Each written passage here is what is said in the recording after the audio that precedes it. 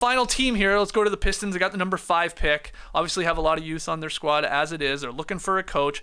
The Athletic's James Edwards III had a great article. Go to theathletic.com/nodunks. Get yourself a subscription. He had a bunch of trades. I picked a few. He went with this one. Pistons Knicks.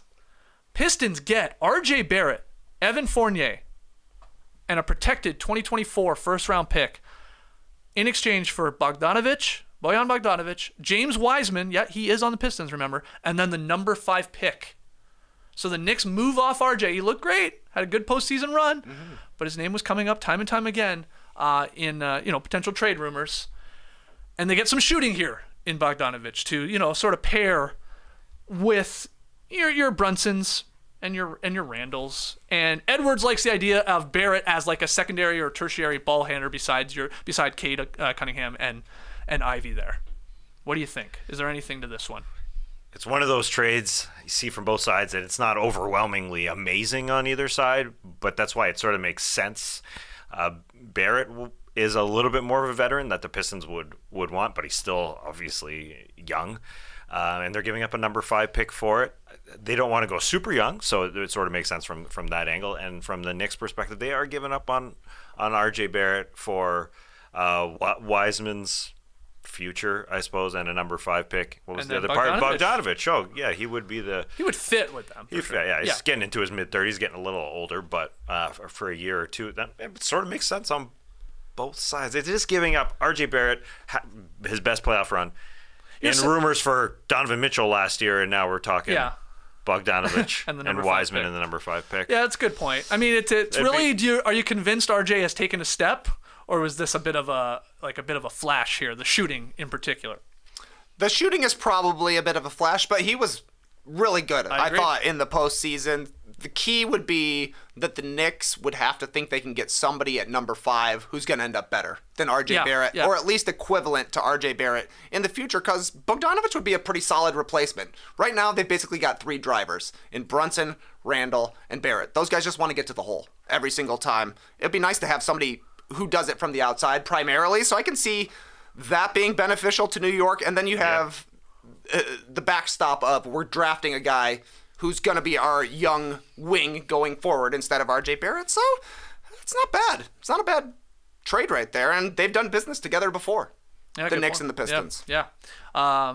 Fred Katz, he loved it. Did he? Yeah, in the article. This was a fun article because James would present the trade to all of the other Athletic beat writers for those particular teams, and they would sort of chime in with like, I don't know about that, or yeah, this makes some sense. So the final Pistons one, just chucked it in here. It would be going with the San Antonio Spurs, who obviously have the number 1 pick, but why not get the number 5 pick too? And what would it take? Could the Pistons get Keldon Johnson and a 2024 first-round pick by way of Toronto for the number 5 pick? So Spurs would be drafting 5. 1 and 5. Keldon Johnson is 24 years old, valuable contract, 4 years, $74 million, decent player, good player. Edwards thinks he fits the Pistons sort of like void really well as a solid offensive wing player, and can be pretty effective without the ball. And then the Spurs are like more like, well, we got Wemby here, now let's go get another super young guy to pair with them.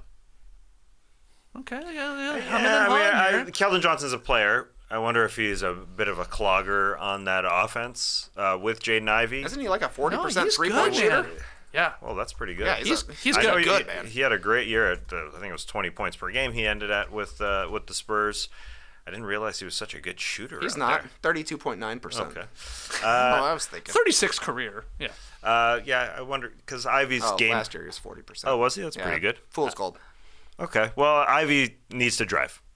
So I just want. I mean, I'm thinking on the floor with Cade. The Pistons. It would be nice to get a little bit older, so they're essentially giving up the number 5 pick for a guy who's been in the league a couple of years. Yeah. Signed to a smart deal. Yep. Gives them a little cost certainty. Yeah, I wonder how it's going to work on the floor though. Just with Jaden Ivey a little bit, but maybe that fool's gold wasn't fool's gold. Jaden Ivey's developing his shot too. It sucks because we didn't see Cade out there to see what their games looked like. But I do like the idea of the Pistons. You can't just keep getting younger, and that's why going into this draft, 5, 4, 3, even 2, I'd say are potentially on the block to be dealt with these teams. So it makes sense from that regard. The key to me would be if the Spurs think at the number 5 pick they can get a point guard. Because when you look at the team they've got around Wemby, that's where they're really lacking, is somebody who's a playmaker. The mock drafts I'm reading seems to be all wings going in the 3 through 7 range pretty much. So maybe there isn't a point guard out there. But if you're the Pistons, like Keldon Johnson's only 23 years old. He'll be 24 at the start of next season. He would fit alongside them timeline-wise. It would just come down to if the Spurs think they can get a point guard to pair next to Victor and then have those two grow together just like Tim Duncan and Tony Parker did. Is Parker growing another French point guard that they can draft there? I'm not sure.